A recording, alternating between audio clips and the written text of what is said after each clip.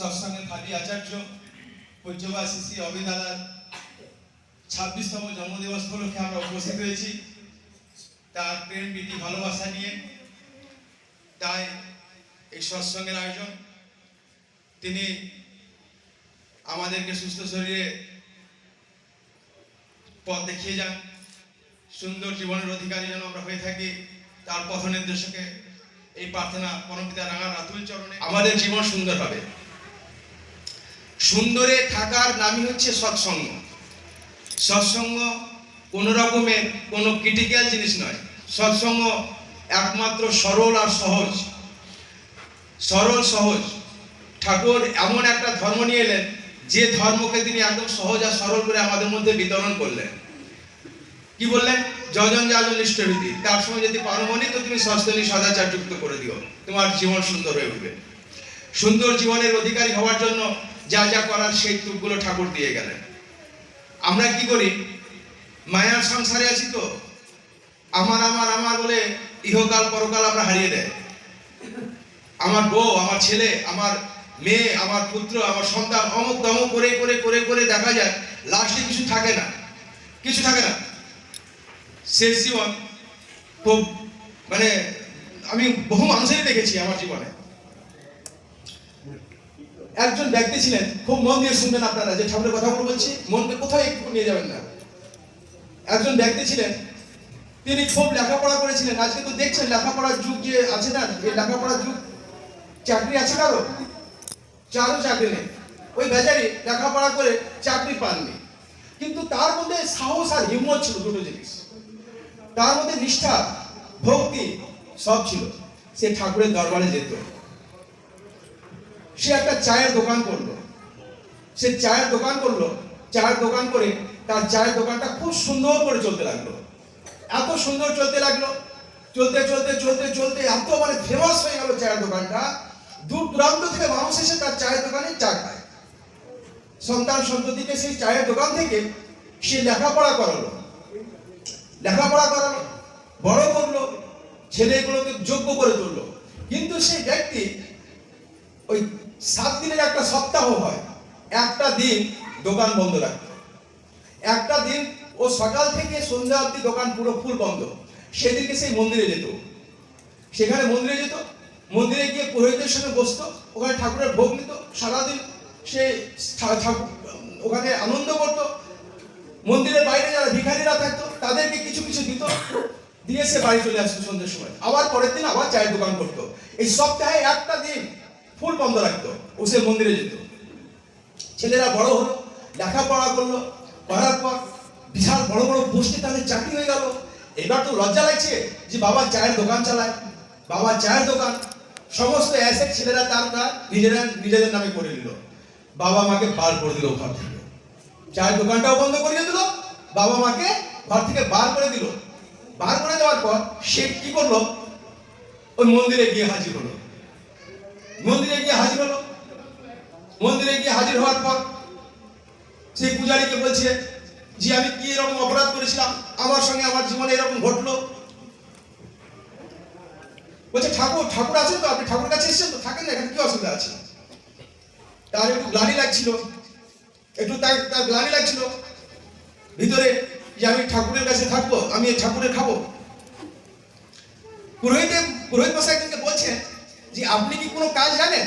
বলছে যে হ্যাঁ, আমার চায়ের দোকান ছিল, চায়ের ব্যবসা আমি করতাম, সেটা আমি জানিছি। তো ওই ভিখারিগুলো বসেছিল, ওরা বলছে এটা আপনি করুন না। বলছে আমার কাছে তো কোনো পুঁজি নেই। ওই ভিখারিরা বলছে আমরা আপনাকে পুঁজি দিব। তারা সব পয়সা নিয়ে এসে তাকে পয়সা দিল। ও বিশাল একটা চায়ের দোকান করলো। ওই ভিখারিরা ভিক্ষা করা ছেড়ে দিল।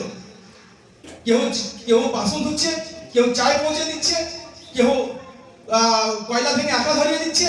সব এবার এক একটা করে পরিষ্কার পরিচ্ছন্ন ভাবে থেকে, আর সেই চায় বহু দূর দূরান্ত থেকে মানুষ সেই চায়ের দোকানে আসতে লাগলো।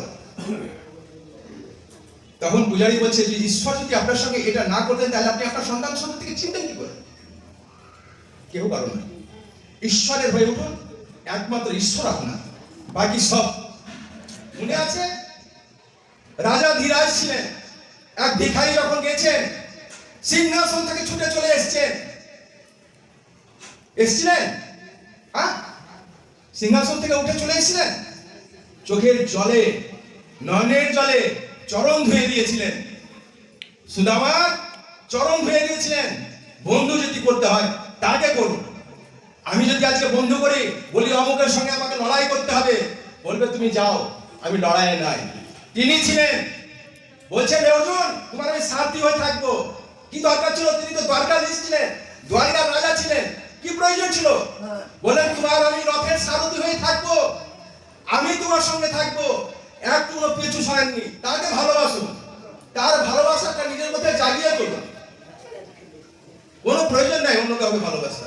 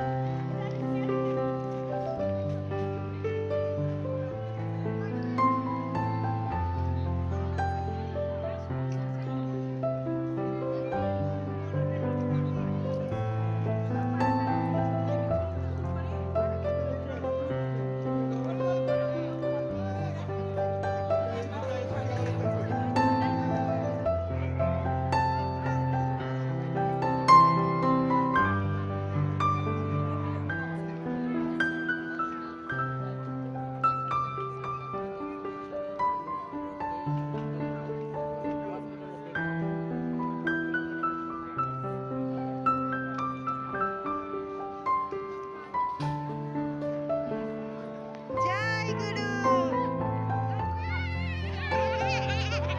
হ্যাঁ, ও বেলুন নিয়েই জয় গুরু দিয়েছে।